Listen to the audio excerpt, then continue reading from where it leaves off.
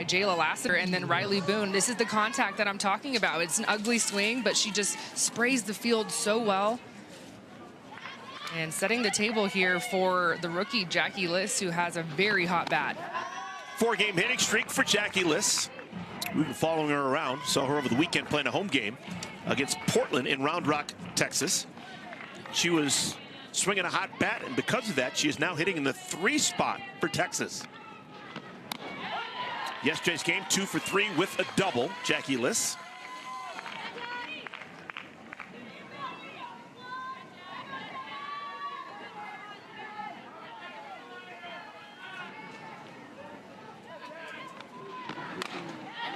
Up the middle. They'll get an out at second, on to first, and even though Flippin gave it a great try, not going to get Liss out at first. First out of our ball game, runners on at the corners.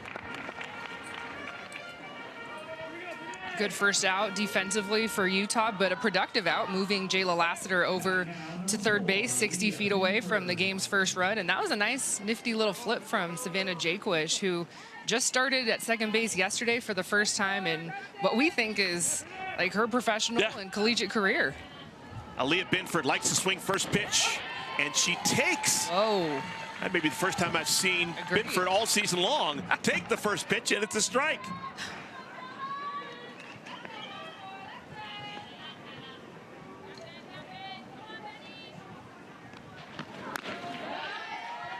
Binford, the main power threat in this lineup for Texas. She has 5 of the team's 16 home runs. You hit a home run here in this ballpark, you've done it though. This is the biggest ballpark in the AUSL this year. Fouts pours it past her.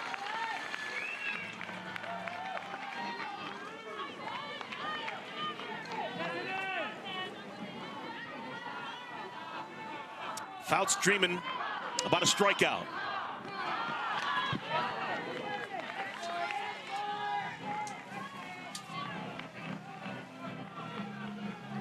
First time back on June 18th that Fouts faced Texas. Was not great in the first inning and then figured it out. Finished with 12 strikeouts. Little tapper. It's going to score a run. Jaquish goes to second. A run does score. Give the RBI to Binford. It's a 1-0 lead for Texas. And this is so huge for the Volts to get out to a good start. And you have a couple of runners on. You have to find a way to score that game's first run. You get that lead off, and it was via the walk, so the free pass. You always circle that, see if that comes around to score. It does. Texas still with a threat. Here's Deja Mulipola. 6th game of the season for Deja. Still looking for her first homer. She's got 3 hits in 11 at-bats. 1 for 3 yesterday.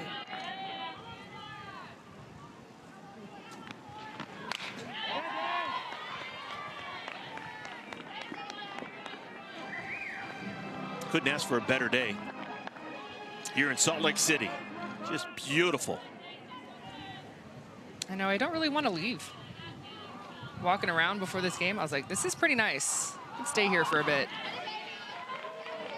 This is one of these quick 2-game series. Last night, Utah, 5-2 winner, riding Georgina Corrick. This will be the final regular season meeting between Texas and Utah. And Fouts strikes out Mulipola. But the Volts strike first. They put a run 4-hit game in the history of the Talons. She joins Hannah Flippin in that category. Woolery, Coleman, Bree Ellis, Savannah Jaquish, Charlize Palacios, welcome back. Hannah Flippin, the great palindrome, and Aaliyah Andrews hits 9th. They'll bat against veteran right-hander from UCLA, Rachel Garcia. One of the greats of our sport. It's been a little bit of a slow start for Rachel, but she always has that big velocity that she can rely on.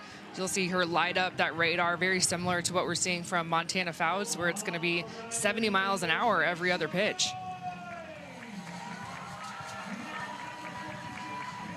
Garcia, 29 years of age. She's been a pro for a long time. Has done fantastic things as a collegiate at UCLA. also internationally playing for Team USA. She's an Olympian from back in 2021. Took home a silver. Kaylee Wyckoff. First pitch called strike one.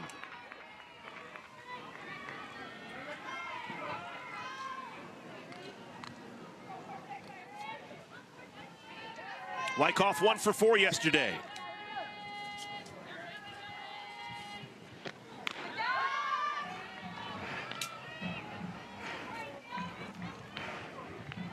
Utah, the best team in the league with a bullet, but they don't have an overpowering offense. They'll kind of nickel and dime you. They hit 272, but only 8 homers? 8 homers in 15 games. That's not a bunch. But they figure out how to score just enough runs, and the pitching staff makes it hold up.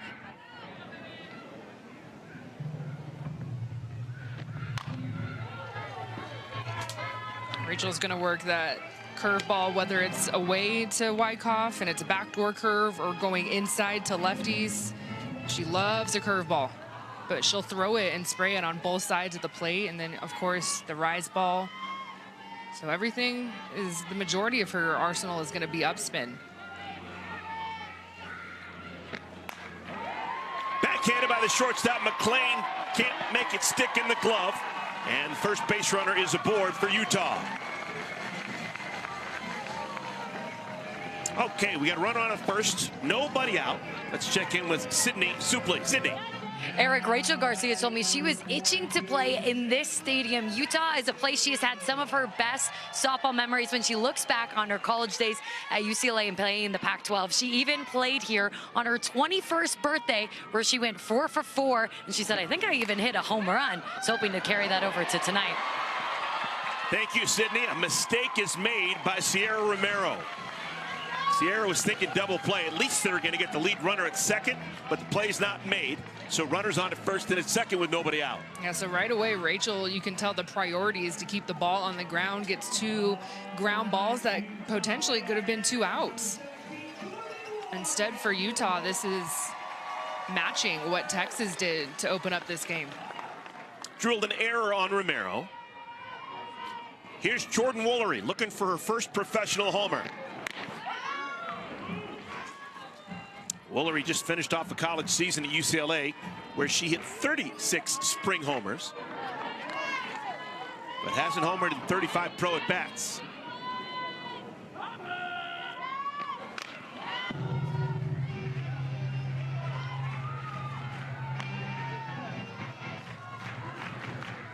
What a great career. And that's at UCLA, folks. That's not at some community college down the road. That's the best of the best.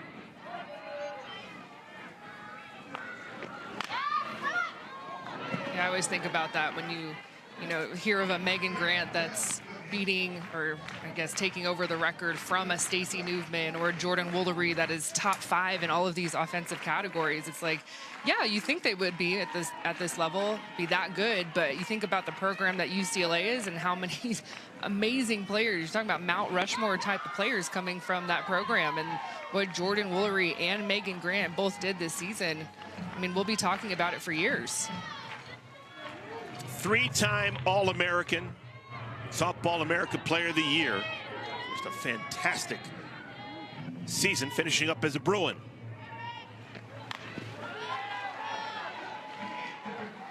And you can tell Rachel respecting the power, not wanting Jordan Woolery, yes, a rookie, but knowing the power that she watched her swing with at UCLA.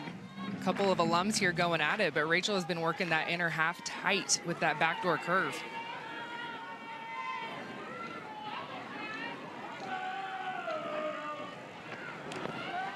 Good block by the catcher, Mulipola. Both starting pitchers, Fouts and now Garcia, throwing more pitches in the first inning than they probably would have liked.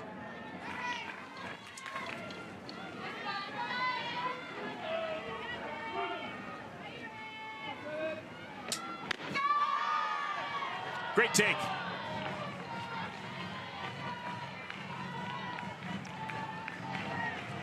So the infield single, the error by Romero. Runners at first and at second, nobody out. And now a 3-2 pitch to Woolery.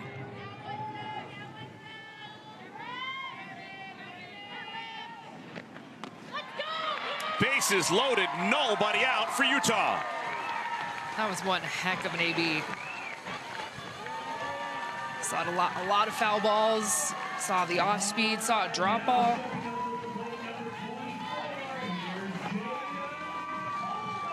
Ball has not left the infield, and Utah has the bases loaded. And I love this emotion. First inning, your team is down 1. This is the team that is tops the league. They want to stay that way. Jada Coleman. Called strike 1 to Coleman. She does not agree.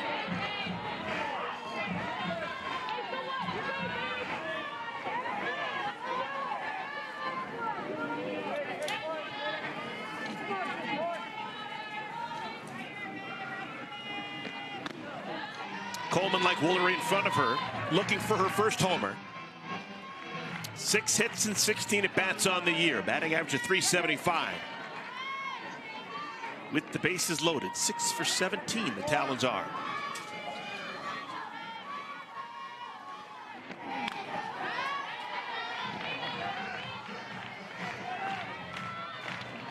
Can't pull off of that pitch. Jada Coleman just getting a little bit in front of it. That's a backdoor curve. That's away from her, a left-handed hitter. The only chance that she has to hit that pitch true is to keep her right shoulder in, really dial it in. Almost think, I'm going to hit this ball down the left field line.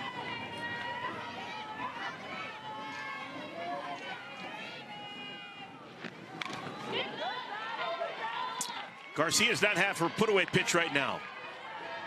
She can get 2 strikes, but can't finish off any of these hitters.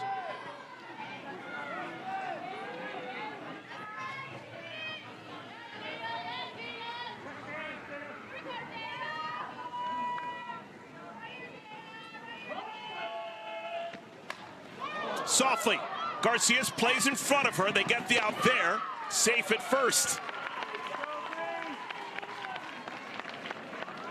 There's the first out of the inning. A little bit awkward here for Jada Coleman coming out of her swing. The curveball goes in tight on her hands. Rachel getting that key first out. Texas trying to turn 2 very quickly, but even with the stumble, Jada Coleman has so much speed down the line. Well, now a double play would get Garcia out of the inning. Bree Ellis, the batter.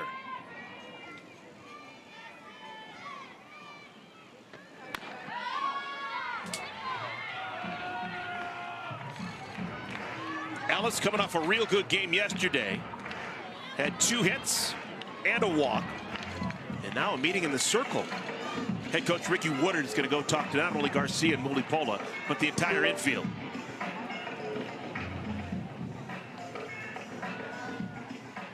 You can see Coach Woodard, she's talking to everyone. It's not just a meeting for Rachel and Deja, the battery. It's a situation. Maybe are we going to play back and go for a double play? Okay, what is the pitch sequencing going to look like? Do we need to shift one way or the other?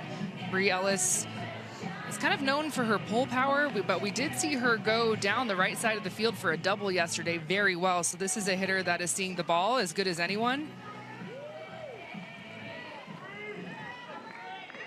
I would play very deep if I'm Texas. Second year as a pro, and Ellis finding her stride. 1-0 pitch.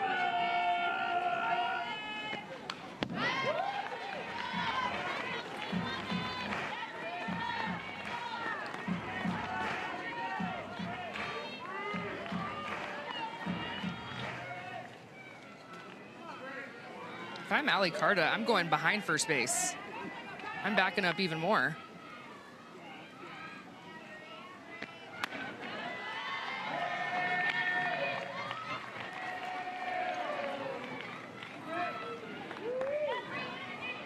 Enormous power with Bree Ellis.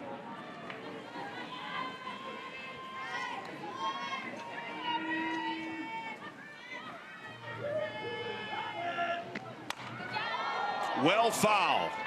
She hits the longest foul balls down the left field line of any person in the AUSL this year. And I know that as a pitcher, and I know how fast her hands are. So that pitch was perfectly located. That's a free strike. If Bree doesn't swing at it, it could be a ball, but she does. There's nowhere else for her to go. If she hits it fair, it's going to be an easy pop up to my infielder. Wow, off-speed pitch gets her. First strikeout for Garcia, 2 down.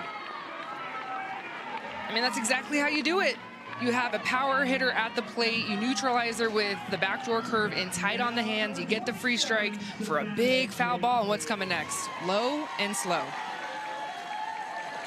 Savannah Jaquish.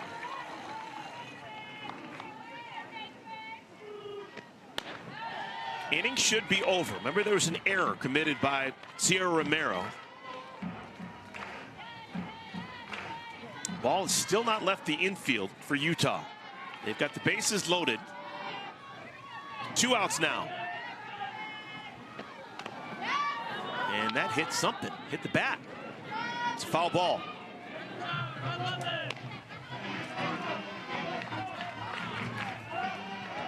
Well, I definitely did not see that live. It was, wow. I'm not sure I even saw it there. Replay. That's so quick. Popped up. Garcia's going to get out of it. Wow. Houdini. Catch the AUSL playing game on July 23rd and the championship series beginning on July 25th. Series passes and single game tickets are on sale now. Visit theausl.com today. Kenzie, we had a combined 51 pitches in our first inning. Montana Fouts threw 24. Rachel Garcia answered with 27.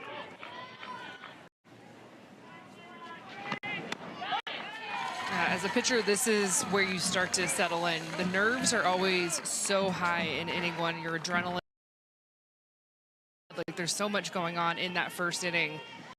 You have the ability to take a breath once that second inning starts.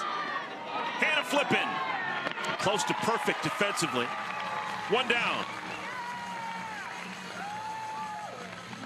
No one on the face of the earth has taken more ground balls on this field than Hannah Flippin. 4-time All-American as a Utah U. Has played on this field for the last 2 seasons as a pro, playing for the Talons. But it's kind of interesting. She didn't take a ton of ground balls at that position. The majority of her time, she was at second base, paired up with Anissa Urtez, Athletes Unlimited longtime pro, recently retired, but you know, she is the best infielder on this team. You know, she's one of the best in the world, so you want her at shortstop. But it's just kind of interesting, when she was an All-American and the Pac-12 Player of the Year for multiple years, she was at second base. Here's Rachel Garcia, starting pitcher for the Volts, hitting for herself. 1 for 10 with the bat in her hands. Into center field. And wow, almost shot over the head of Coleman. But the play's made, 2 down. Well struck, but in the wrong spot.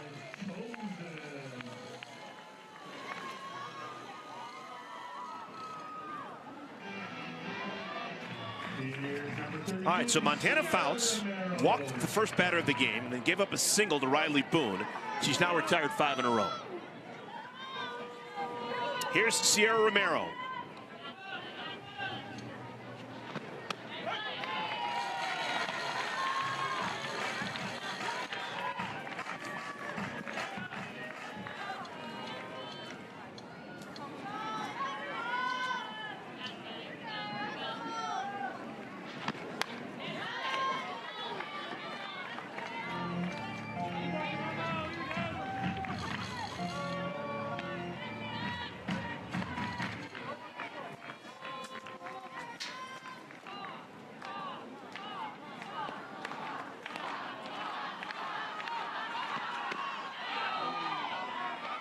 Fouts struck out 1 back in the first inning. She leads the league in strikeouts by a wide margin. Now has 35 strikeouts, almost a strikeout an inning.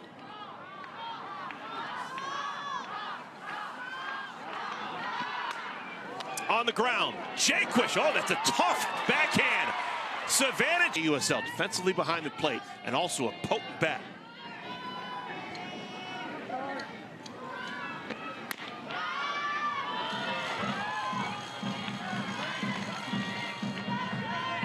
Utah is getting some of their biggest players back, and it's so remarkable the fact that they are at the 11-win mark. They are clear the favorites at the top of the standings, and you have players like Charlize Palacios who have missed the last couple of weeks.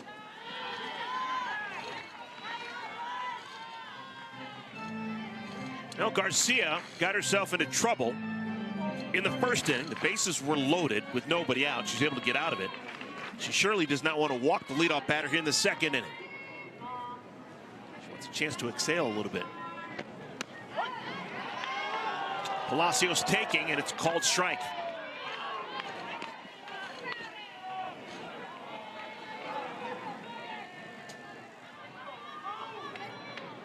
Curveball on the outer half. Clearly didn't like it.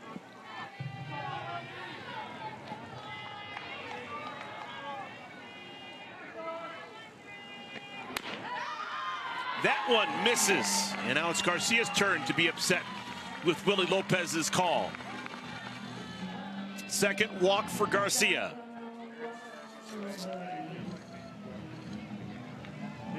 Well, this is where Texas has struggled in the circle this season, the free passes.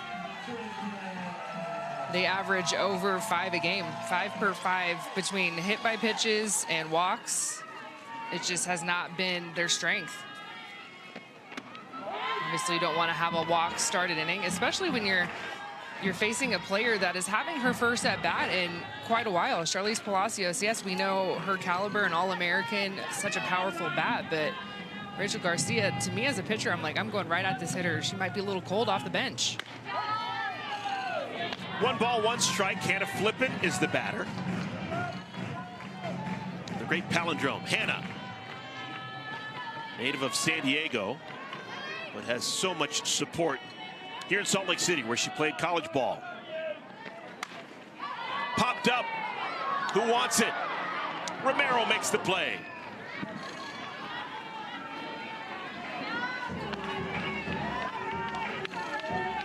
Yeah, she had a beat on that. Great communication from the jump, and you have to have extra good communication when you're playing here at Salt Lake City. This field very big. There's even a lot of room down the foul sides, and so you have to be very loud when you're calling a ball. A lot of pressure on the defense here. Aaliyah Andrews. Aaliyah can do everything you'd want from that left-handed batter's box. 15 hits and 50 at-bats on the year. 2 of those hits coming yesterday. She was 2 for 3 hitting in the 9-hole. Softly to short. McLean's got to hurry. Got her! Oh, bang, bang play at first. Outs recorded. 2 down. Real test from Michaela McLean. I looked out in the stands. Some Utah fans were tapping their heads, wanting a replay on this. Rookie had to hustle, and you could see she was calling her out as well.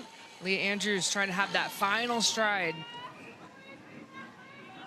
Here's Kaylee Wyckoff. There's now 2 outs. Wyckoff singled off of the shortstop McLean's glove in the first inning.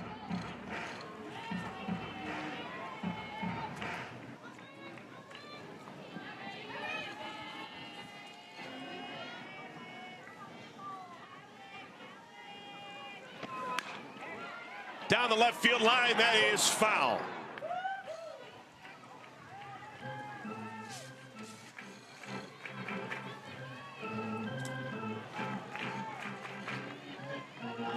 Utah last year won it all.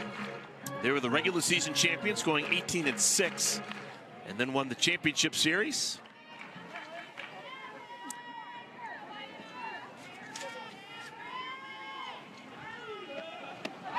It's remarkably similar way of going about things this year.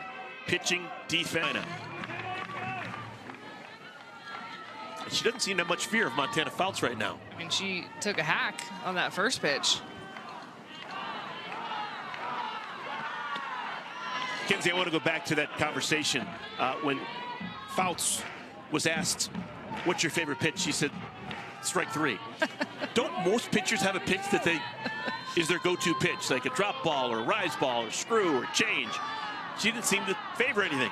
Yeah, she might be messing with us a little bit. Trying to keep her cards close to her heart, right? Doesn't want to let us in on the secret. I would say her strikeout pitch is her curveball. way she's been throwing her curve, and she counters it so well and tunnels it with her drop ball. So I'm always zoning down if I'm facing Montana. You have to respect the rise, but early in the at-bats, I'm looking down, and she paints the river like nobody's business. Another strikeout, and Eric, you said that she's playing and pitching her best that we've seen in her entire career, and the stats agree, because a season ago she had 26 strikeouts, and we still have 10 regular season games to go, and she already has 35 plus. So she has passed her strikeout total. She's pitched more innings. She's getting the work in.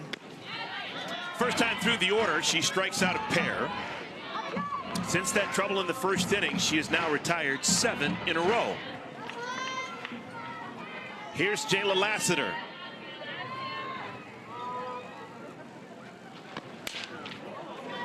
Jaquish has done everything right defensively so far in this series. That was a big talking point when we came in here. We got the starting lineup, and we all saw Savannah Jaquish and immediately said, that's got to be a mistake. I've seen her at third base. I've seen her behind the plate. I've actually seen her in the outfield and first base. But I've never seen her in the middle of the infield, and she looks totally at home at second base. We've seen her catch a lot recently because of the absence to Charlize Palacios, who's been injured.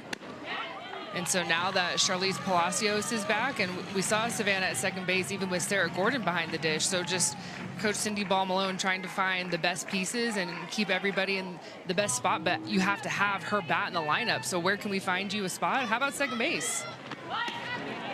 She looks like a second baseman, too.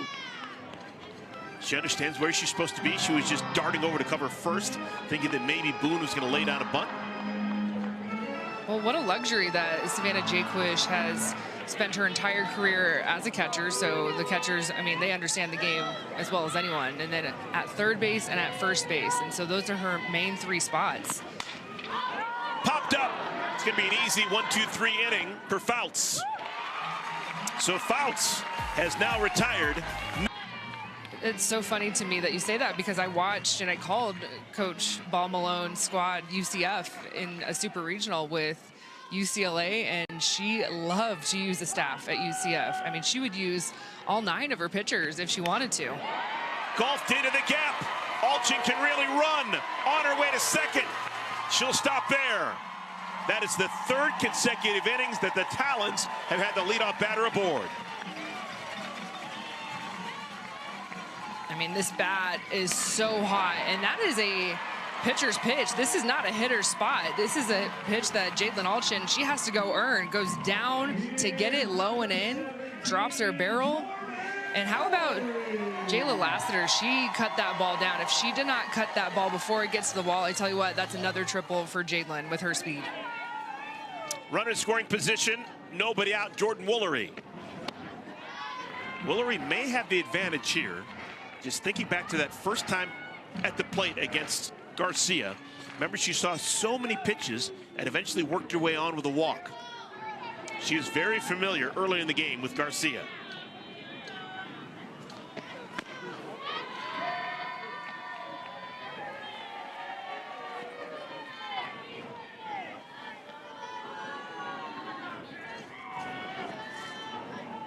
.36 homers this past spring for Woolery, and it didn't even lead her team.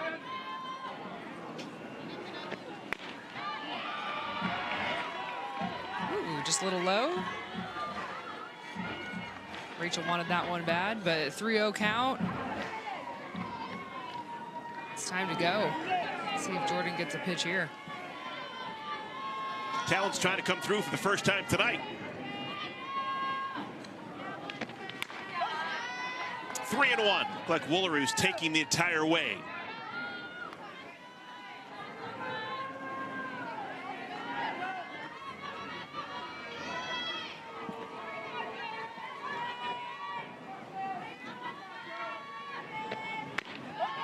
Another called strike. So 2 consecutive plate appearances for Woolery, and she's gotten to a full count against Garcia.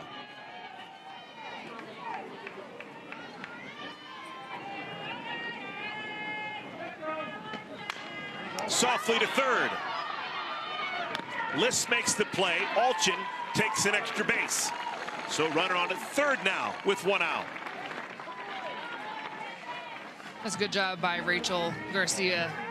Started that count 3-0, went all the way back, got an easy jam shot. But again, the base running from Jadlyn Alchin, you can't ignore it. That's a routine out that she makes something out of, productive on the base paths. Okay, here comes Jada Coleman. She bounced to the pitcher with the bases loaded back in the first inning. Something to think about. All season long, Texas has struggled defensively.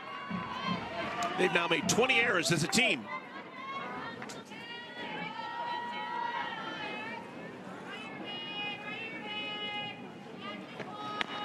Infield in, crunched in tight, just respecting the speed from Alchin at third base. You can see Jada Coleman, she's reading the infield, seeing what the defense has given her. A triple threat, has a lot of options, can use her short game if she wants to.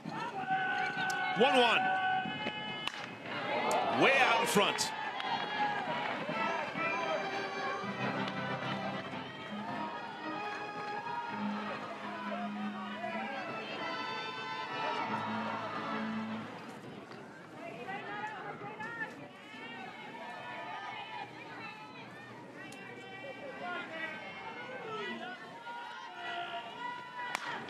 Hard to the shortstop, the place at the plate, out at home. McLean didn't flinch, 2 down. Welcome to the pros. That was a big time play.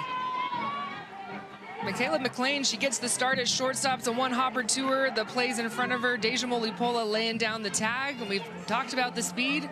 Anytime that you can get Jadlyn Alchin out on the base path, that is a win. She is one of the most elite base runners in our game. And we'll see if Rachel can dance out of another jam. That's a huge out at the plate. Here's Bree Ellis. I'm just looking out at my scorecard. Jada Coleman has been to the plate twice now, and both times she's hit the ball on the ground in the infield, and an out has been recorded at home because of it. A 1-2 put out, now a 6-2 put out.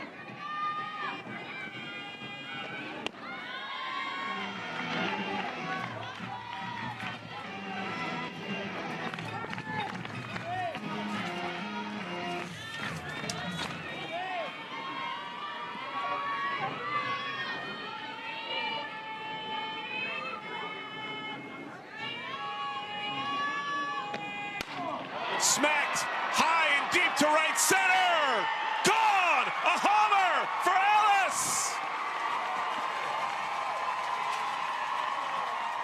Utah on the board for the first time.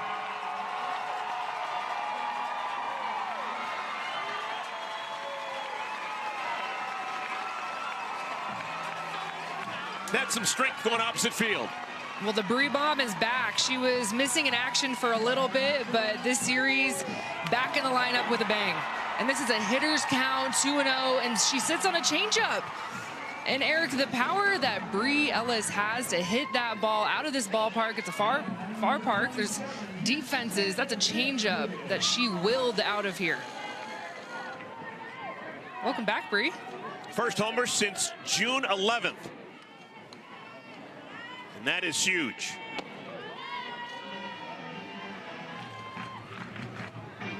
So Rachel Garcia, who had allowed the leadoff batter to reach into the first 3 innings, finally falls off the tightrope.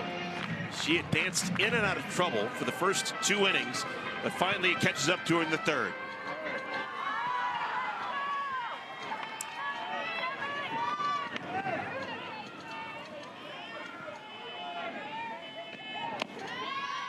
Two and 0 to Jaquish. I just can't get over what a different hitter Bree Ellis is as a second-year pro as opposed to last year as a rookie.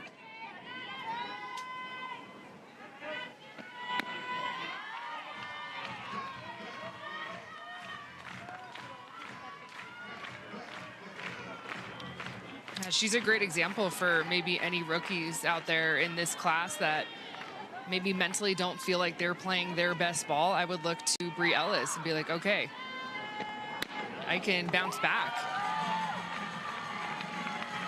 third walk by Garcia. She's now walked one in each of the first 3 innings, and a 2-out base runner for the Talons. Well, one thing we saw yesterday is Ricky Woodard, the head coach for the Volts, likes to use her entire bullpen.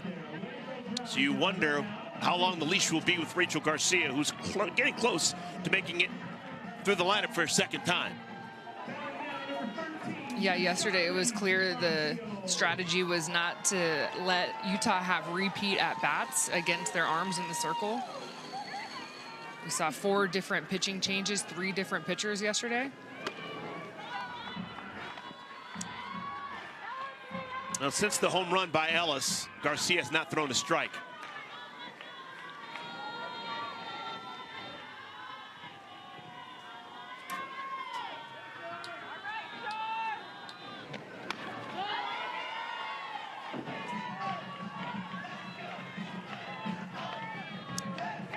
Charlize Palacios walked an inning ago.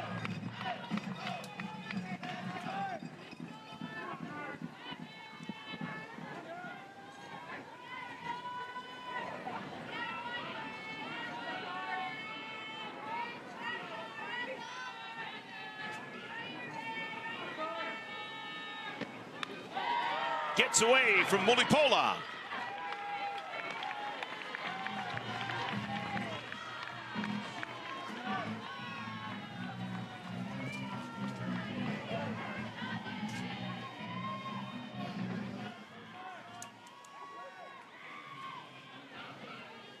This third inning, usually mascot of the Talons, unfortunately.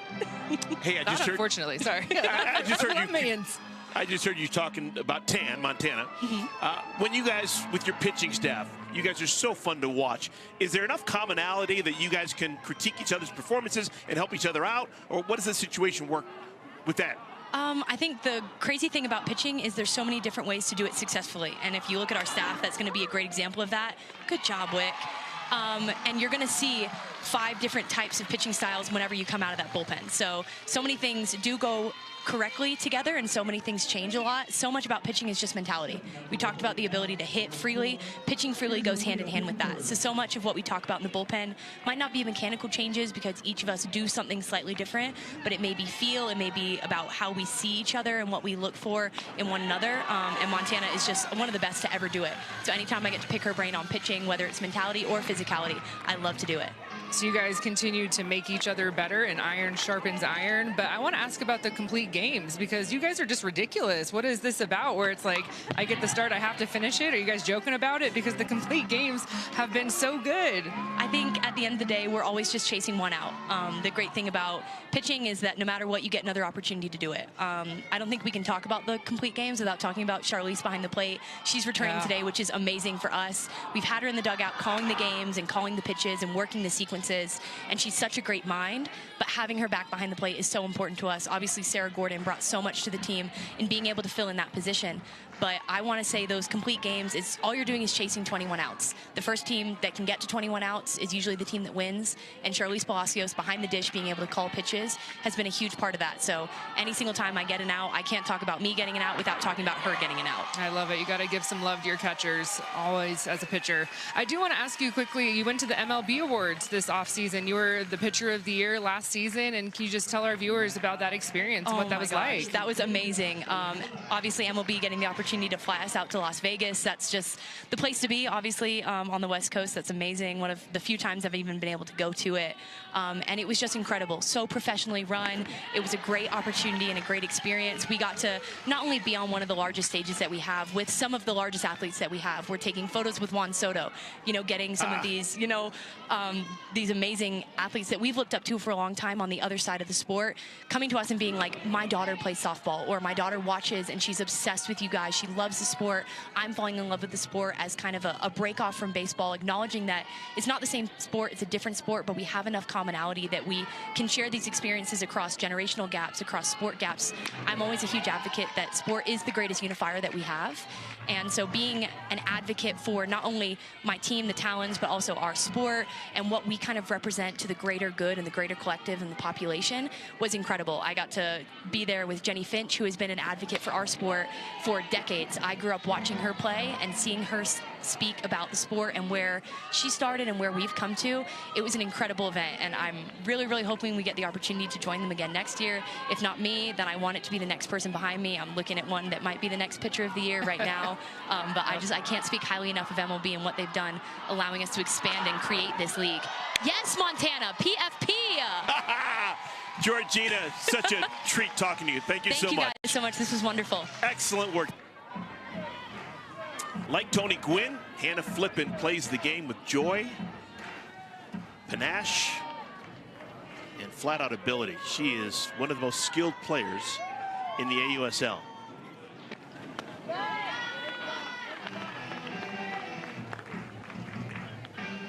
She's got a perfect name for softball. Hey, flip, flip, flip. Well, yeah, you have to be a middle infielder, right? Flip a double play.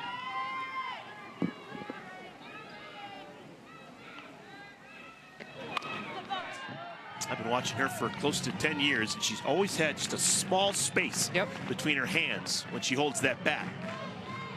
About the width of about 3 credit cards, back to back. That's just kind of been her thing.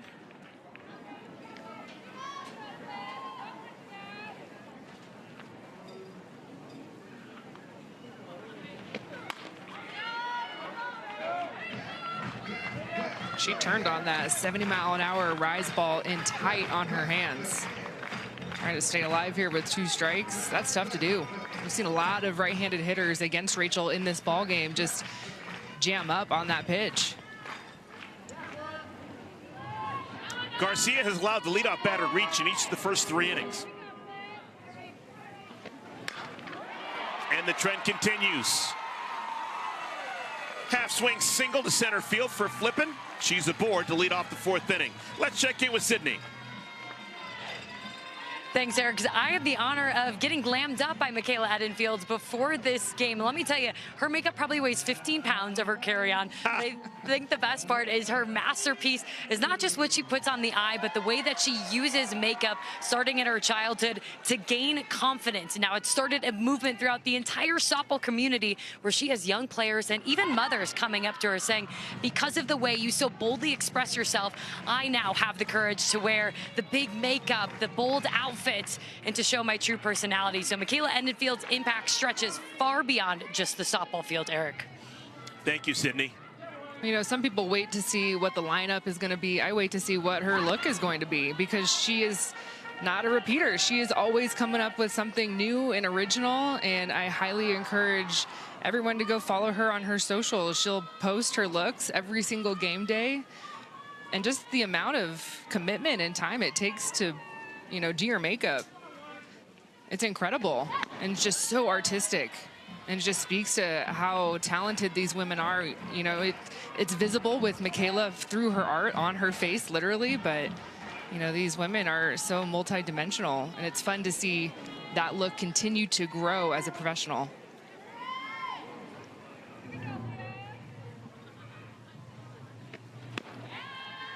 Four-pitch walk to Andrews. Rachel Garcia continues to put herself into spots. 2 aboard, nobody out. And we're going to have a timeout. Looks like Texas is going to make a change. And it wouldn't be a Texas Volts game if we didn't see Aaliyah Binford come in and pitch.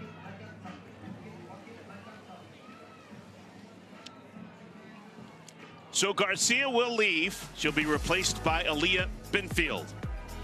We'll tell you more about Binfield and the predicament she inherits when we come back. It's up 60 feet. Get Aaliyah Andrews into scoring position at second base. Of course, Hannah Flippen at third.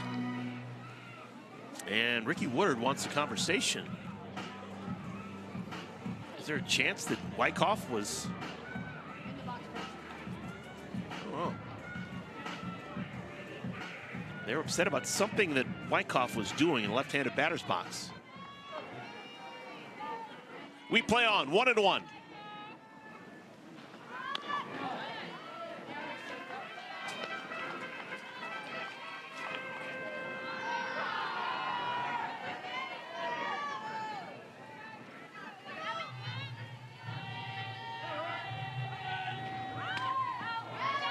2-2, another failed bunt. You've seen a lot of Binford. What's her wipeout pitch? She clearly would like a strikeout here. What's her MO? I mean, we haven't seen it in this at bat, but her changeup is dang good, and it goes so well with her drop ball. It's kind of her 1-2 punch going down in the zone. She's going nothing but drop ball in this at bat, side to side, working in tight on Wyckoff. This is super important for Binford and the Volts because they're only down 1. You don't want to be down much more when you're facing Montana Fouts. Popped up. Infield fly rule. 1 down. There's that change. Used it perfectly, saved it. 2 strikes. Down in the zone. It looks like a drop ball when it's coming in, and just such a huge first out. Yeah, we keep talking about all the pitching numbers for Binford. Oh yeah, she leads the team in homers with 5. Middle of the order bat. First ball swinging. This is Alchin. Lazy fly out to right. Good catch by Boone, who shows off that great arm of hers. 2 down.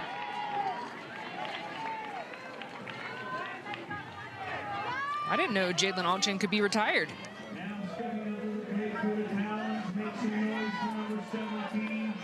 All right, work's not done yet for Binford. She's got to deal with Jordan Woolery.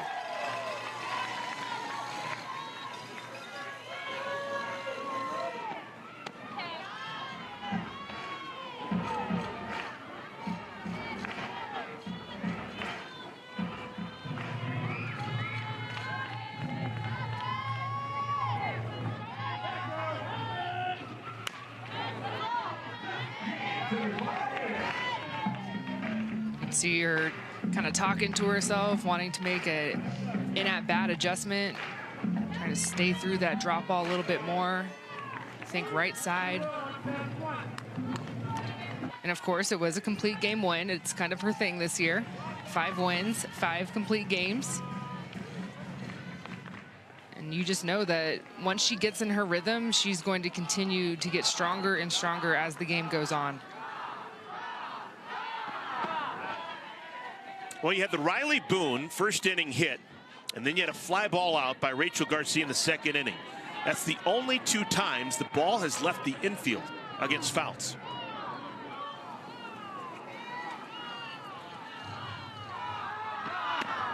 Another strikeout from Montana.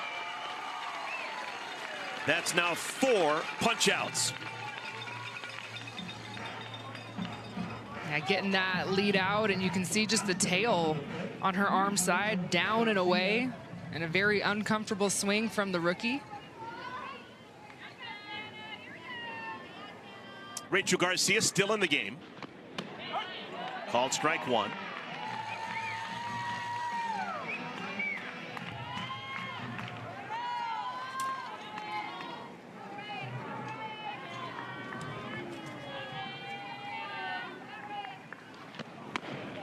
Well, the story's been told a bunch of times, but for those who don't know, Montana is named for the state, not the quarterback. Her dad went fishing in Montana, fell in love with the place, and said, I'm naming my daughter Montana. Taking it a step further, Montana or Montaña is Spanish for mountains. And now she's dominating here at the base of the Wasatch Mountains. It all makes sense. Have you been to Montana? It's the one state I've never been to. Thank you for asking. I've been to 49. Yeah. It's the one state you haven't gone to? Correct. It's the one state I've never been to, and you throw me under the bus. I've never seen a moose either. Those are 2 life goals. I probably could check them both off at the same time. Go to Montana, see a moose.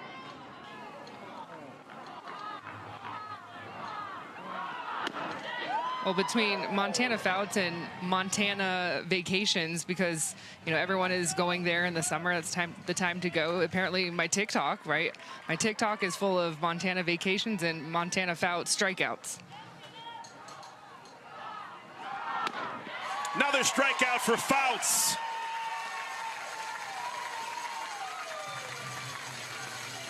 Well, Montana was born to be a great thrower.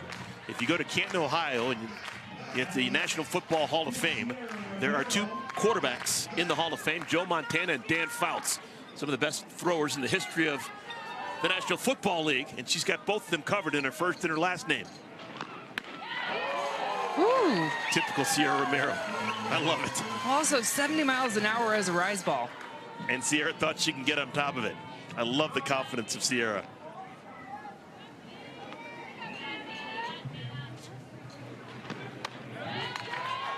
How is it that some pitchers just seem to get better as the game goes on? It's something about the way that your body loosens up and you get a little sweat going. You feel like you're pitching kind of at an 80%.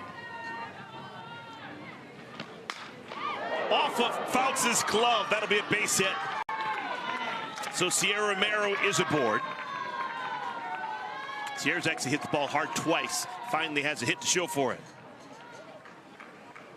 Yeah, I think sometimes power pitchers, they have to almost be tired to pitch their best. And this ball was hit very hard because Montana, she's providing the power, right? Very similar to a Rachel Garcia or a Carlin Pickens. We were seeing 70 plus as a hitter. You really don't have to do a whole lot. It's just get to contact. The power will be there. It's coming in hard. We're going to have a pinch runner. Kaya Altmaier. Yeah. Just her second professional game. She's going to run for Garcia, and this is an important base runner. Altmaier represents the potential tying run. Another Texas Longhorn entering the AUSL. We saw Ashton Maloney join the Bandits. Of course, Reese Atwood is hitting home runs for the Blaze. Leanne Good, we've seen her already for the Volts in this series. Not in the starting lineup today, but we saw her at shortstop yesterday. So it's fun to see the national champs in this rookie class join the league. Here's the rookie, Michaela McLean.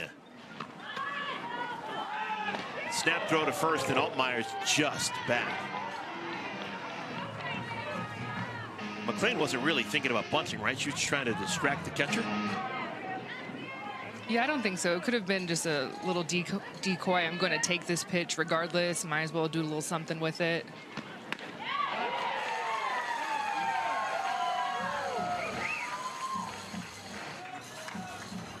Second professional game for McLean. She is from Liberty, North Carolina. Played collegiately. Just finished up at Appalachian State up in the mountains. And I'll tell you what, for someone who's playing their second professional game, she's got a confident way about her. She's facing the best pitcher maybe on the planet right now. And she is absolute Bree bomb. But the offense with a Jada Coleman, a Bree Ellis, I think this team is ready to get right back to that championship series, which will be at Davis Diamond this season. Bree Ellis, 3 homers among her 11 hits this year. One of the most impressive homers you'll see all season long. Deepest ballpark in the AUSL. And Bree goes to the opposite field, right center.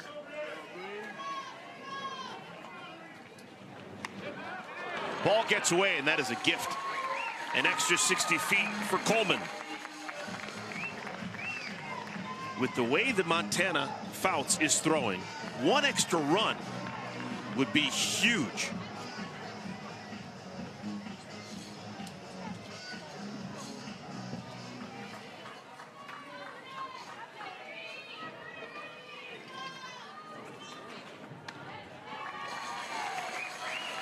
Binford really didn't want to have to deal with Ellis. She walks around 4 pitches. And Allie Carta is the first baseman, and she now leaves first base. Is she going to come into the game? Now, looks like Allie Carta is going to come into pitch. So Binford, who was magical, working out of trouble in the 4th inning, is going to hand the ball over to Carta.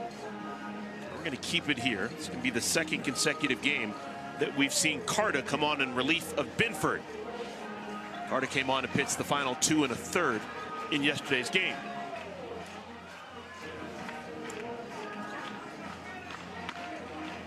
And while we have a moment, let's take a look at the Talons 2-out rally. It was presented by Miralax. It's the home run by Bree Ellis.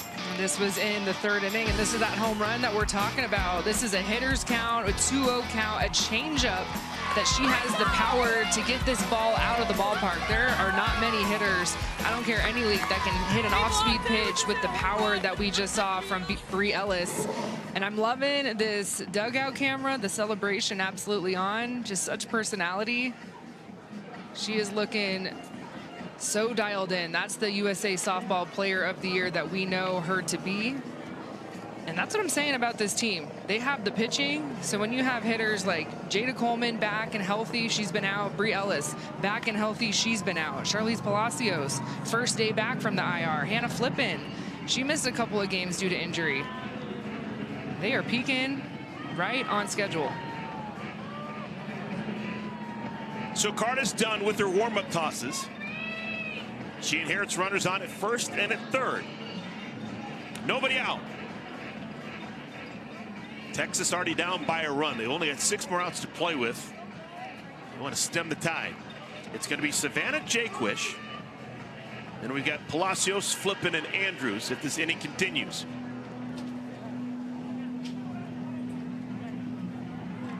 Cindy Ball Malone is going to have a quick conversation with the home plate umpire. Maybe Ellis is going to be lifted for a runner.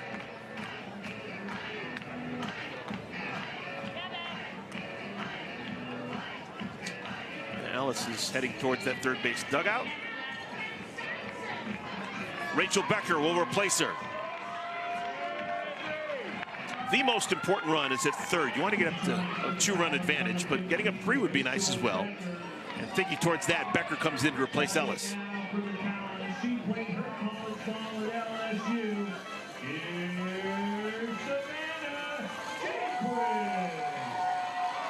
Jaquish 0 for 1 with a walk. She's earned her keep tonight. Defensively, she's played a great second base.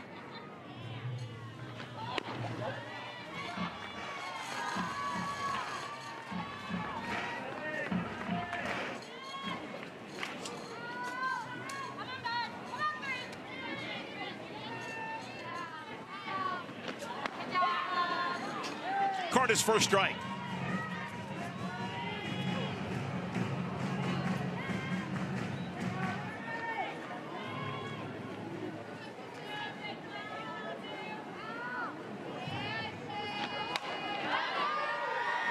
Ball and 2 strikes. You see right away Ali Carter, the veteran, lighting up that velocity at 70 miles an hour. She'll work side to side with a screwball and a curveball to both sides of the plate.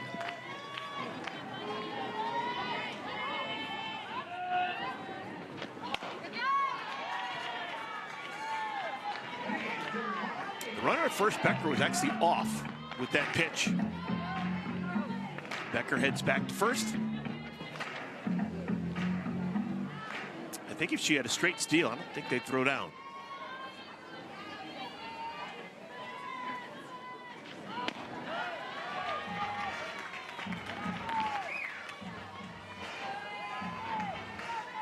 Yeah, I would steal here if I was Utah. I would get Rachel in motion. Good count to go.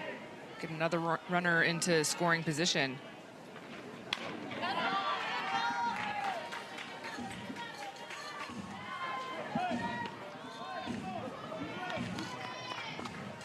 Utah's had the leadoff batter aboard in each of the first 5 innings. If they've only scored in 1 inning.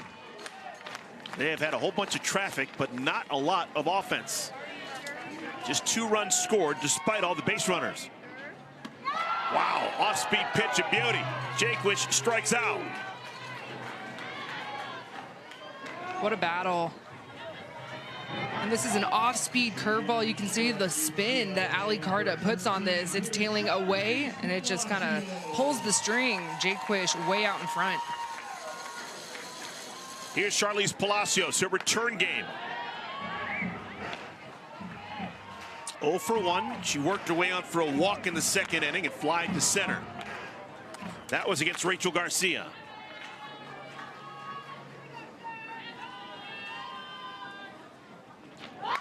Bunt, caught. Oh, this is going to be a double play somewhere.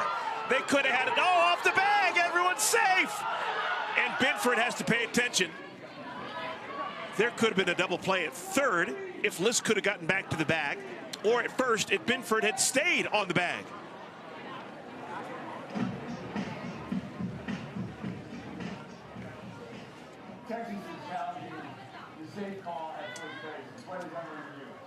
Oh, Binford was on the orange part of the bag?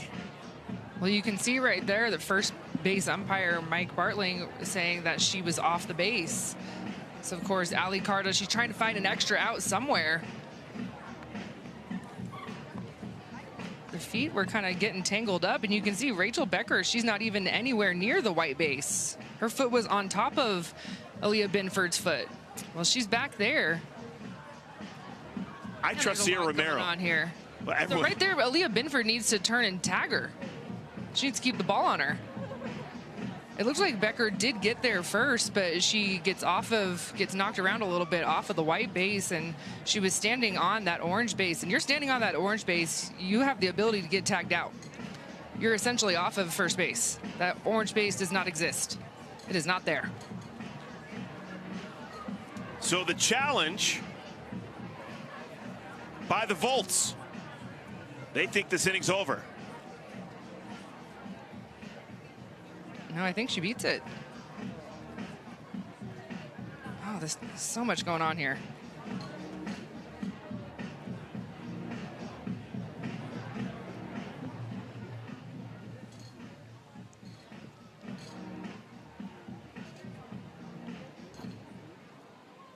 After review, the call on the field has changed.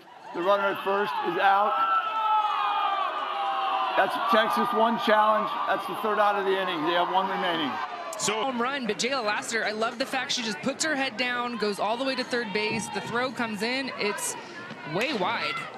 First ball swinging. How about this? Back-to-back extra base hits. This is going to be Riley Boone stopping at second. So a triple and now a double for the Volts.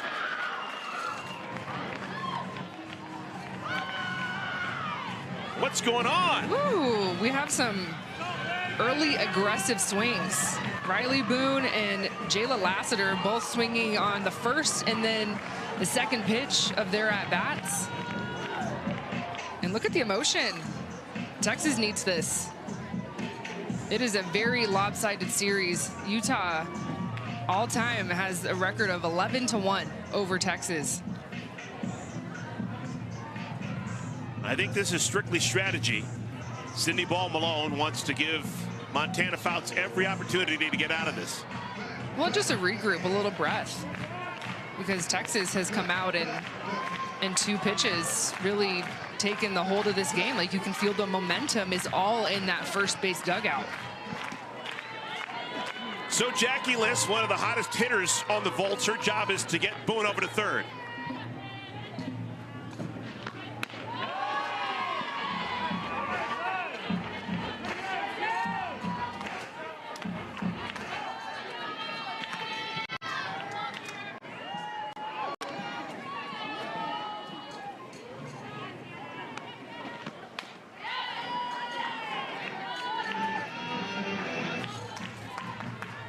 Cannot hit a ball further and stay in the yard here in the AUSL than Jayla Lassiter. Wow. That was 235 3/4 feet.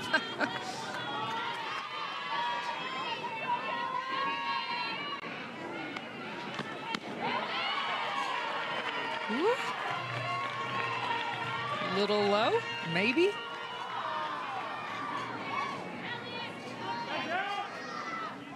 The worm is turned.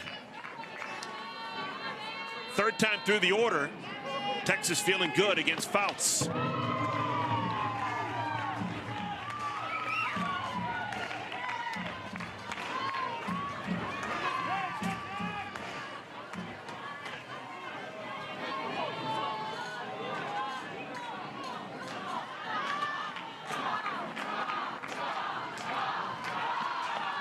Fouts gets the strikeout. 7 strikeouts for Fouts, first out of the 6th inning. So she's trying to take back that momentum herself. And how about a rise ball at 72 miles an hour? Jackie Liss just trying to catch up. Aaliyah Binford. 1-0 to Binford. Let's check in with Sydney, who's standing by with Jayla Lassiter. Thanks, Eric. I'm here with Jayla, who you can't even tell this is only her second game playing at the AUSL. The way you stepped up to the plate with so much confidence. What was feeling that confidence when you barreled it up to tie this game? Just having my teammates, you know, they made great plays out here, and we're just always one swing away. I think we did a good job this inning starting that. Awesome. Thank you. Go celebrate with your team. Thank you so much. Thank you, Sydney. It was a triple and an error by the shortstop Flippin when the ball got away.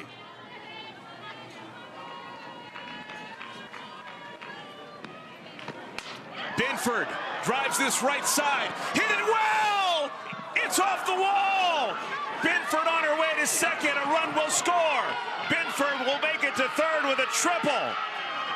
The second triple of the inning for Texas. Their third extra base hit of the sixth. I didn't see this coming. Well, the swings that we're seeing right now from Texas, they are spraying the field everywhere. We saw the inside the park home run, if you will, from Jayla Lassiter. It was dead center. Riley Boone goes to the left field. And then Aaliyah Binford goes right field. I mean, to see a right-handed power hitter hit that ball the way that she did, incredible. Another ball off of the fence. This is really the only ballpark in the league where you can see a whole bunch of triples because the outfield fence is so deep.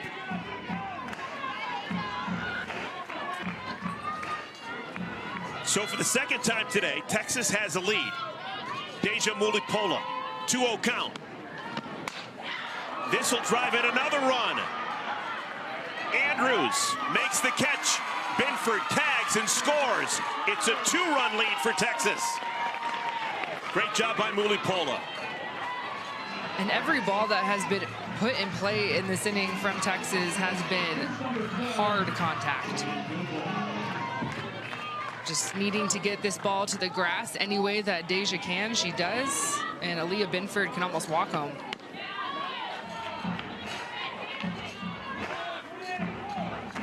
Montana Fouts had been cruising. She had given up one hit in the previous 4 innings. Carter's been in this situation before. She's one of the most experienced pitchers in the AUSL.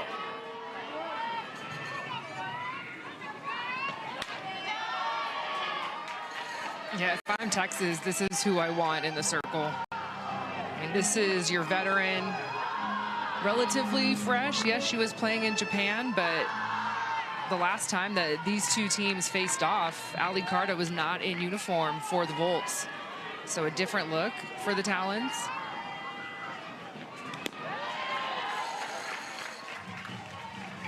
Carter does not want to walk Flippin.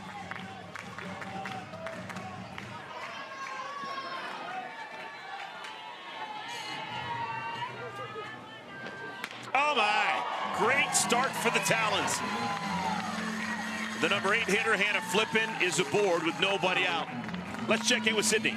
Eric, you spoke to Ali Carter's experience. Well, I talked to her before the game. She said this morning she watched her last Olympic starts. She said, I want to become that type of pitcher that's just being that free, aggressive self. She said, that's when I'm playing my best, is when I think back to that last Olympics. I don't need to be perfect in the circle, but I need to be free and aggressive, and whatever my team needs, which might be playing first base right now. Yeah, they need her at first base. So Binford and Carter will flip-flop. Binford, who is pitching back in the 4th and in the 5th, comes back in with a runner on at first base and nobody out. Kenzie, what do you make of this? Well, we have seen this consistently from Texas. They are not afraid to, number one, go to Aaliyah Binford. This is their go-to girl in relief, but also they're not afraid to make multiple pitching changes. But it's kind of thrown me a little bit, I'm not going to lie. So Carter came in to pitch to Jaquish, Palacios, and Flippin. And now Binford comes back in. It could also be a matchup thing with Aaliyah Binford being a drop baller and Aaliyah Andrews being a short gamer, trying to keep that ball on the dirt. Not allow Aaliyah Andrews to elevate a ball, and with her speed, you do not want to allow her to see something to the gap.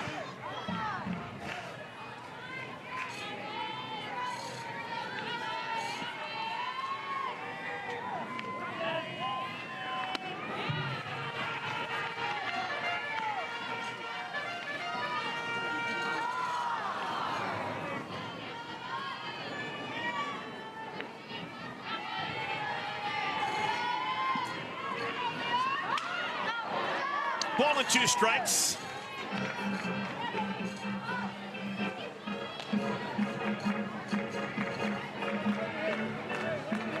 Andrews was not bunting as a sacrifice. She's bunting for a base hit. Talons need base runners.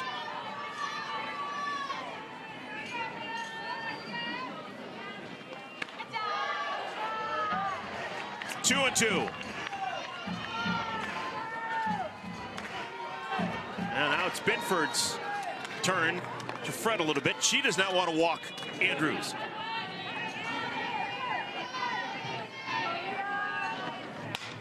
Slapped into the waiting glove of Goodwin. That's the first out of our 6th inning.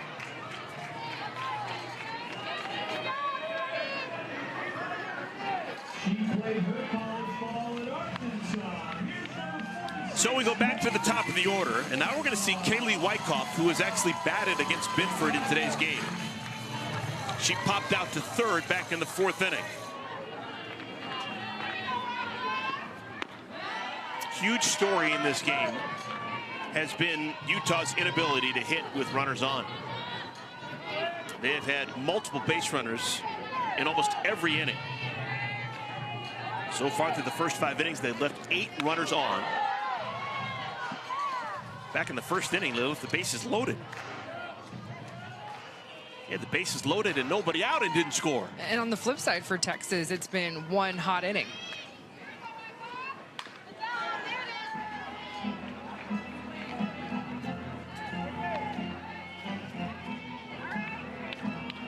Oh my goodness. Situational hitting. Wow. 1 for 17 with runners on.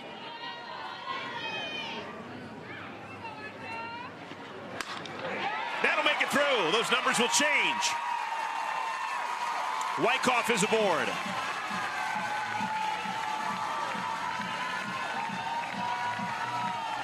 Well, if Utah is going to make a move, they need to make a move right now. Hannah Flippin getting on via the free pass, turning the lineup over to the top. And how about Kaylee Wyckoff? Kind of an unsung hero this season for Utah out of the reserve pool. She has earned herself that spot at the top. And here comes the hitter that we saw go 4 for 4 yesterday. Jalen Alchin, 4 for 4 yesterday, 1 for 2 today with a double.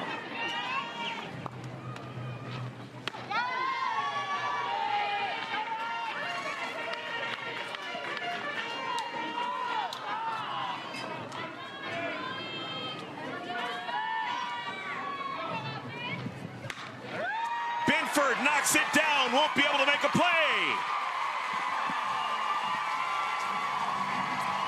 Everybody safe, an infield single for Alchin.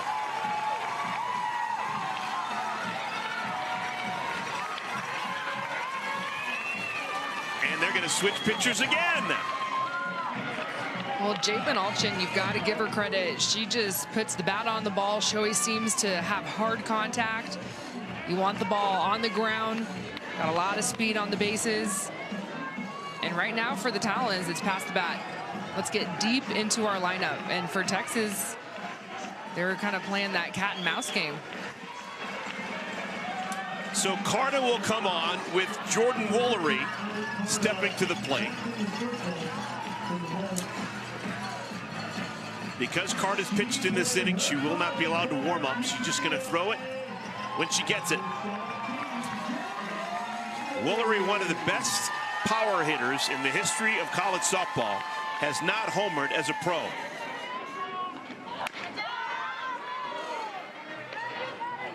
That almost got past Carter.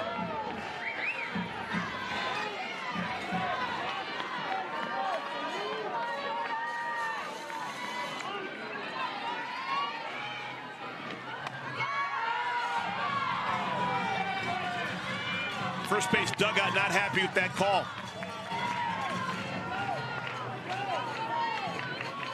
Whole bunch of nothing for Utah with the bases loaded tonight.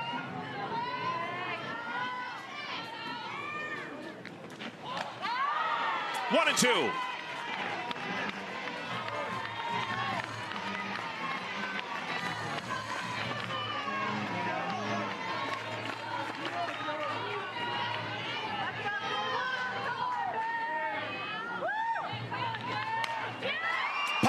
shallow right center. Boone makes the play. No tag by Flippin.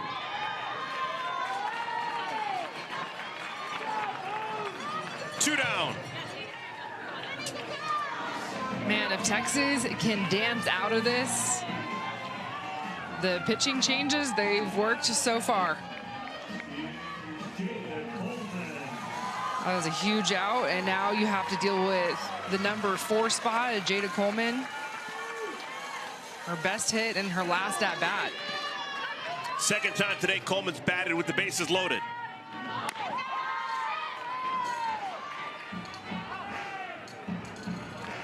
And Coleman is going to be called aside by the head coach, Cindy Ball Malone. She called that timeout herself. Didn't like the strike, was a little frustrated, needed a moment, needed to walk out of the batter's box, and this is a competitor. She knows the moment. She knows that her mindset needs to be exactly where she knows it needs to be. And I love that. That's just some quick self-awareness, and this is a veteran coach giving her young player what she needs to hear. Just a little reset.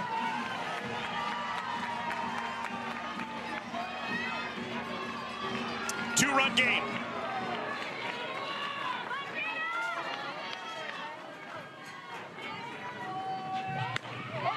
Another called strike.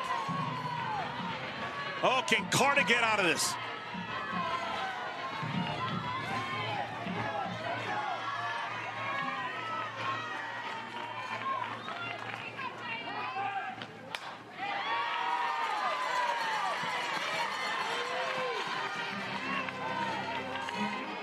You can see Jada Coleman asking our home plate umpire, would that have been called a strike if I didn't swing?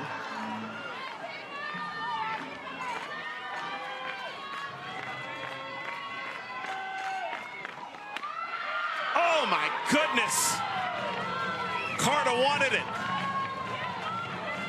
That's exactly where you need to put it in that count. Low and away, yes, it's a ball, but just perfectly executed. Can use that away pitch as a setup. Woo! That would have cleared the bases. She made that look way too easy.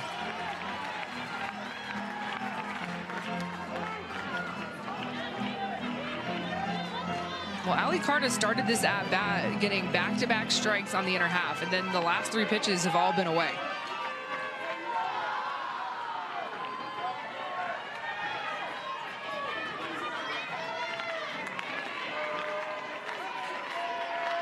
Carter's 1-2.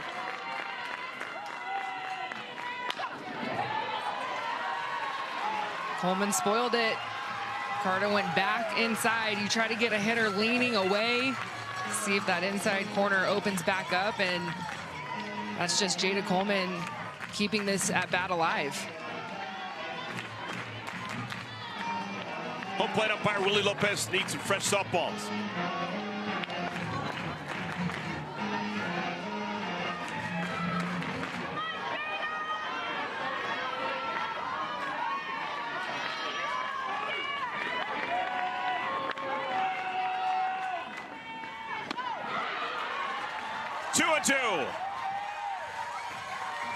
Coleman battling back down in the count 0-2. She's seen a bunch of pitches from Carter.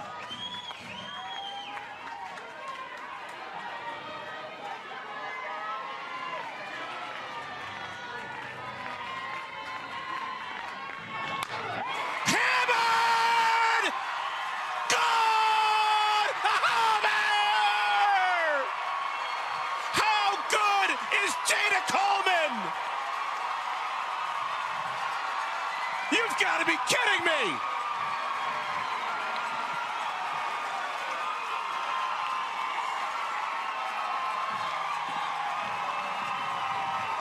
One of the best at-bats you'll ever see.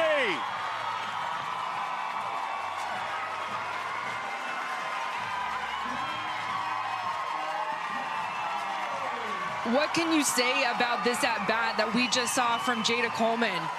A grand slam on the 9th pitch of the at-bat. She saw everything from Ali Carter. That inside pitch, she had fits earlier in this at-bat, but she called timeout herself. She needed a reset. You see the emotion from the dugout and the fist pump from Cindy Ball Malone. They had a lengthy timeout to get her into the right mindset for that at-bat because they knew that was the game. The game was on the line in that at-bat. There is something special about Jada Coleman. There is a reason why she won 4 national championships as a college player. Wow! And Brie Ellis is hit as Carta just beside herself. What an incredible 6th inning. Jada Coleman standing by with Sydney. Jada, you worked so hard to be back healthy for your team for moments like this. What did it mean for you to deliver? Honestly, watching my teammates celebrate is like the best thing ever. That was a great at-bat. I'm glad, you know, we got the bases loaded, and just to come in and do that was awesome. Well, the celebration was quite the party. I'll let you get back to it. Yes, thank you. I've watched a bunch of softball in my life. That is one of the coolest things I've ever seen. Jada Coleman looked so uncomfortable after the first called strike. Yes. Even pitches after the timeout, she was kind of fouling them off, getting rid of them, throwing her hands, trying to figure out what she was going to sit on. There's so much to be learned in that at-bat, like just a case study in the mental game. Jaquish hooks it foul. And how you can look really foolish on one pitch, but keep your mental where it needs to be, and you can make adjustments from pitch to pitch, from foul ball to foul ball. Change your game plan if you need to. Utah spent the first 5 innings just leaving oodles of base runners on the base paths. It all changes in the 6th when it matters most. Now we've got to spin it forward and think about the 7th inning. Do you keep Montana Fouts in the game? We saw Georgina Cork throwing just in case. We saw Megan Faremo getting loose just in case. Well, the way that conversation is happening, it makes me think we're going to see Megan Faremo. It looked like Montana is talking to her teammate about what she's seeing, what the game plan has been, what she's feeling out there. Like, there's some serious strategy going on. You can see Montana, she's looking at the lineup, talking about where Texas is going to be and who they're going to be facing.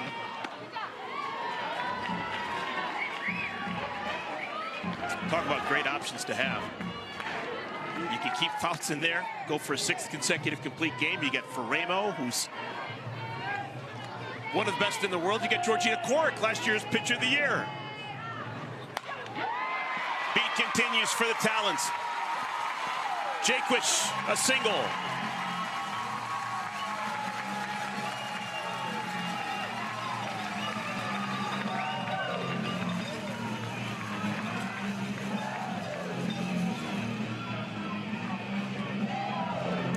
She's fired up now. She was dialed in her at bat, right? She was locked in, had that game face on, but she's all smiles, dancing in the dugout.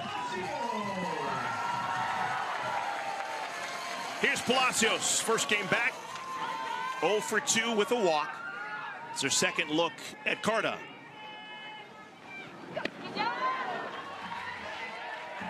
Thinking about the 7th inning. Texas going to be down by at least 2 runs. Garcia, Romero, McLean, the scheduled batters.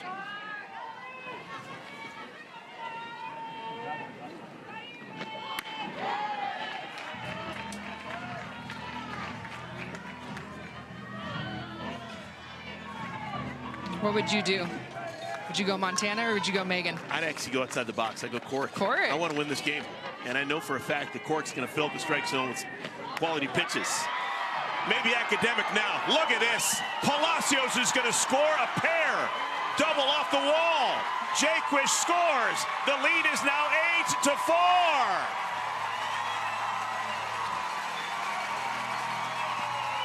Utah showing you what champions are made out of.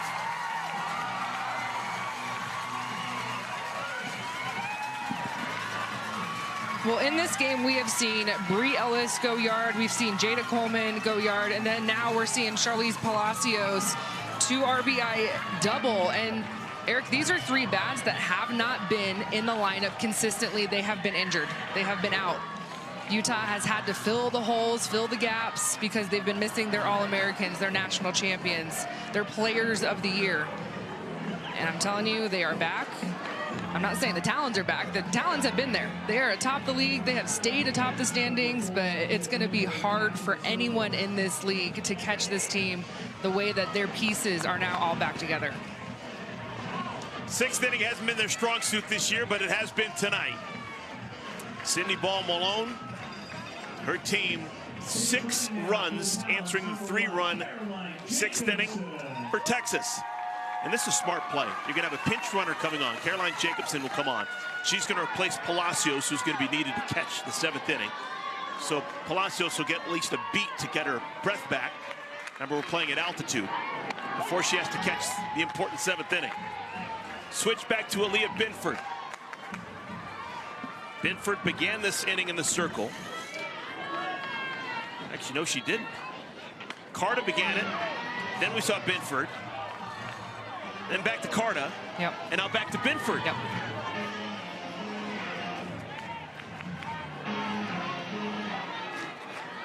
Oh, 2 to Flippin.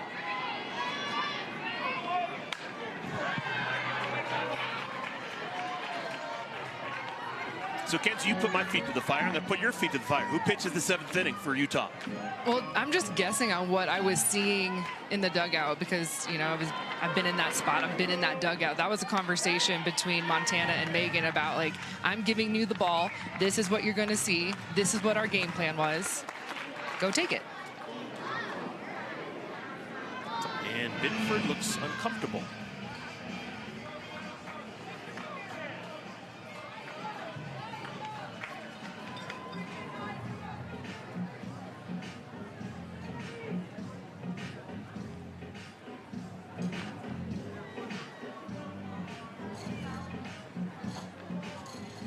And knee brace is not a new thing. We've seen Binford playing with it for a while. This 3rd out has been hard to come by. The bases were loaded with 2 outs. Jada Coleman, a grand slam. Brie Ellis hit with a pitch. Jake Quich a single. And then the double by Palacios. And you think about how this inning started. It was Hannah Flippin that led off this inning, and it was a leadoff walk.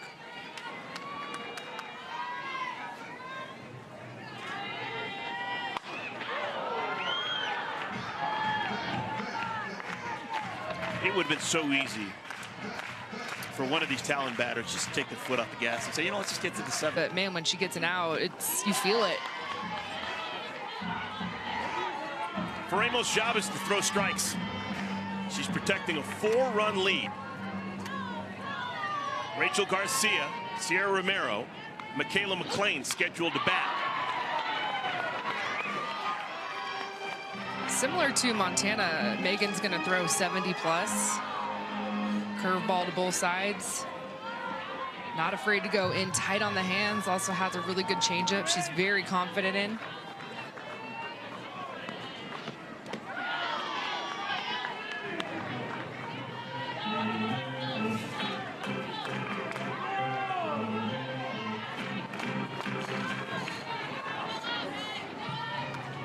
Couple of UCLA Bruins in the circle and in the batter's box.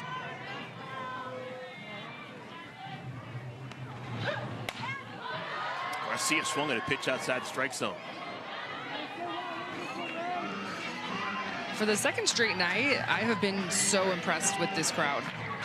I mean, we've seen it on TV, but this was my first time being here in person. Of course, Utah, this is their home team now. We were here a season ago.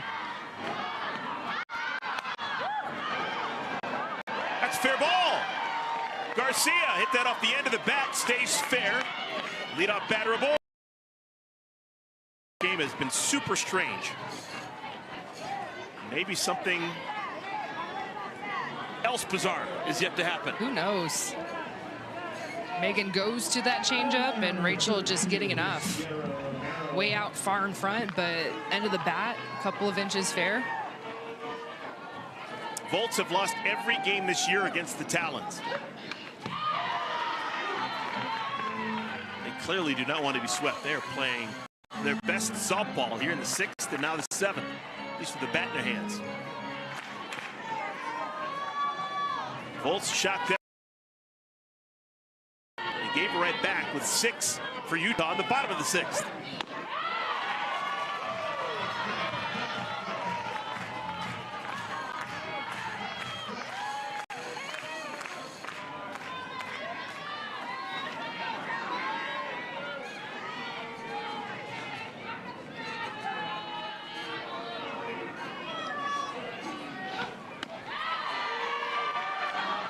Two and one. Say it again, Ferremo's job is to throw strikes. Yeah, she was shaking a couple of pitches, working with Charlize Palacios, trying to be on the same page, find something that she wants. You can see her verbally talking to Char there as well.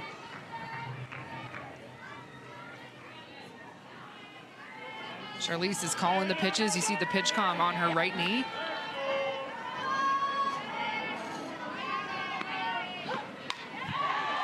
Two and two. 72 miles per hour for Ferremo.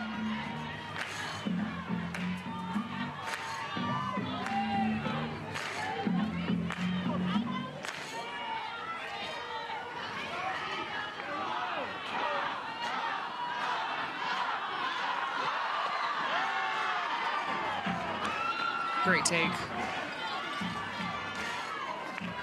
Zoning down, getting rid of that rise ball.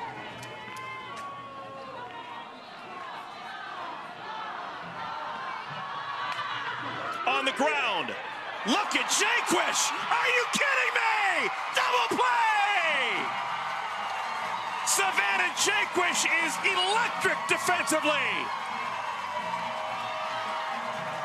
It's like she's been playing second base her entire life. This is her second game as a professional at this position.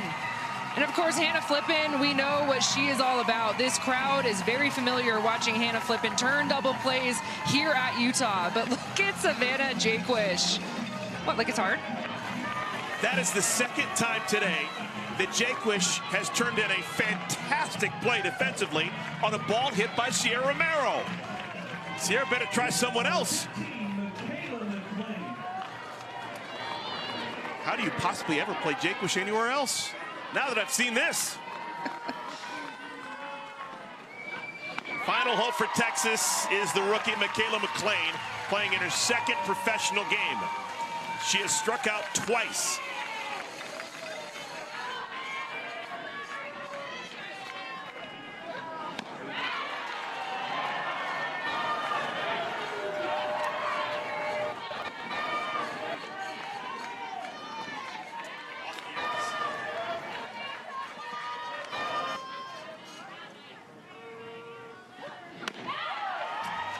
Volts down to their last swing. Megan is amped. That was 73 on the radar gun.